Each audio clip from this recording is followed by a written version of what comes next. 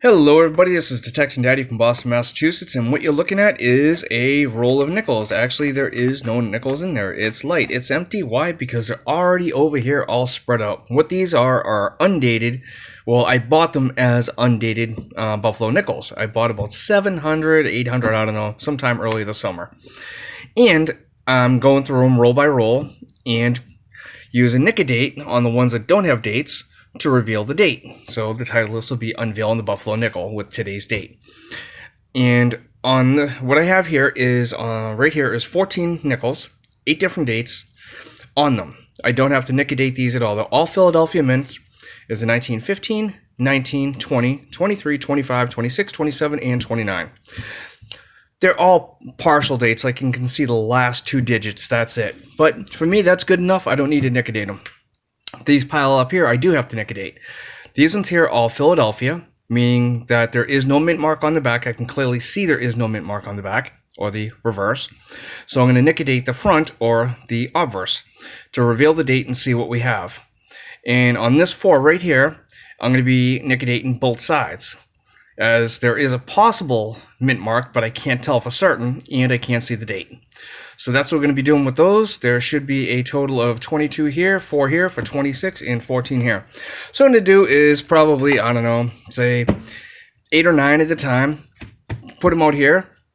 I'll nick-a-date them, show you how I do that, and how I clean them. I just need to also go and get a few Q-tips. Be right back. And poof, the Q-tips have appeared. Excellent. And this is my apple cider. Today is actually Thanksgiving. So let me move that over to the side. And again, what I'm going to do is lay out some of these right here. And they're going to be on here. I'm going to put some nick-a-date on them, show you how I do that. So I'll be right back. Okay, here we go. Here is 11 Philadelphia undated Buffalo nickels. I've already taken the cap off. So this way here I can just pick this up. Now normally you should really wear gloves with this if you don't use this a lot. If you know what you're doing, then okay, you don't really need gloves. But if you get any of this on your skin, make sure that you rinse your hand and wash it quickly. So here we go. And just a little daub like that will do. Sometimes it comes out a little bit faster. Not much you can do about that. But you just keep on. Whoops, hold on, let me turn this one. There we go. Make sure they're all facing the right way. As I'm trying to do this while looking through the screen, I'm going to do the back row now. That was a lot. This one is crooked. That's what I was trying to avoid, so isn't this one. And that got messy. I mean, these here, once they're nick-a-dated, the value of them goes down significantly. But to me, I still enjoy doing it. It's a lot of fun. So what I'm going to do is leave these here for about 30 to 45 seconds. And what I'm doing is waiting for the nick-a-date itself to turn a dark color. Now sometimes, even though it's just freshly on there, you can start seeing the dates come through.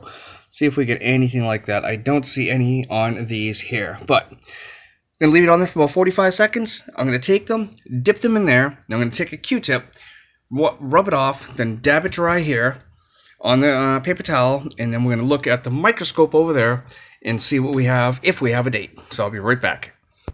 Okay, 45 seconds has passed. We're just going to pick one of these up, take it, dip it right in here, rinse it off, shake it, just like so. Take a Q-tip, and it's going to be hard to do one-handed, but I'm going to try, and just literally wipe any excess dirt that's on there off.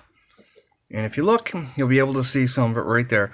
It's also taking away the metal that is covering the date itself if we get a clean date. But I'm going to do the rest of these real quick and I'll be right back. Okay, I have rinsed each one off and used the Q-tips, and as you can see, this is all the stuff that came off there from the Q-tip. Just kind of showing that to you. Now we're going to go over here with each one and see if we have a date. Let's take a look. Oh, let me get the... Let's see here, since you're looking at my... There we go, that would help, wouldn't it? Here we go. This one here is a 1924 Philadelphia. Okay, and for number 2, let's take a look. See what we have. 1916 Philadelphia. All right, 2 for 2 on the dates. 3. 1917. 4 is a that one there might be a little tough. See here, yikes. Ooh, I almost can see the date, but might have to hit that again. I might have to look on the loop on that one. We'll take a look at that in just a bit. Let's see, number 5 is a 1913. Now on here, I never can tell if it's a type 1 or type 2. I believe that is a type 1 because it doesn't look like a raised mound to me, but you guys let me know. Next up, 1926. All right, that came out really nice. And here we go, 1915. Beautiful date on that. Great. Let's keep going. 1917. 3 to go out of this batch. Yikes. And the reason why I hold it up is sometimes you can still see, you can get the date by looking with the light. And that, I believe, is either a 16 or an 18. That is in 1918, as you can see right there. So there we go. So far, only one we're curious on the date with. It'll make that 2 now. Let's see here if we get, yep, 1919. All right. Let's see the last one. And that is clearly going to be a 1917. All right, cool. I'm going to take a look at the last one under loop, and I'll be right back. Not sure if you're going to be able to see it. I'm holding with my finger as I hold the phone, but it is a 1913 as well. So we did manage to get dates on all 11 of these. I'm going to set up the next batch and be right back. Next 11 up, I'm going to go ahead and nicodate these. Okay, they've been nickedated, and now I'm going to rinse them off. Okay, they've been rinsed and wiped off. Let's see what we got. We'll start with the first one, and just go right over here. Let's take a look-see. First one is a 1917, followed by a 1926. I like seeing the 20s. We don't see a lot of the 20s, believe it or not. I see a lot more of the teens than the 20s. Another 17, and I hardly ever see a 1930s. 3 17s in the first 4. Let's take a look. Number 5 is a 1919. That is a 19, right? That wasn't 18. Let me just, yep, that's a 9. All right, good. Just making sure. Next up is a, yikes, that is a 1914. Haven't seen one of those yet. That is good. And a 1918, 4 to go. 1916.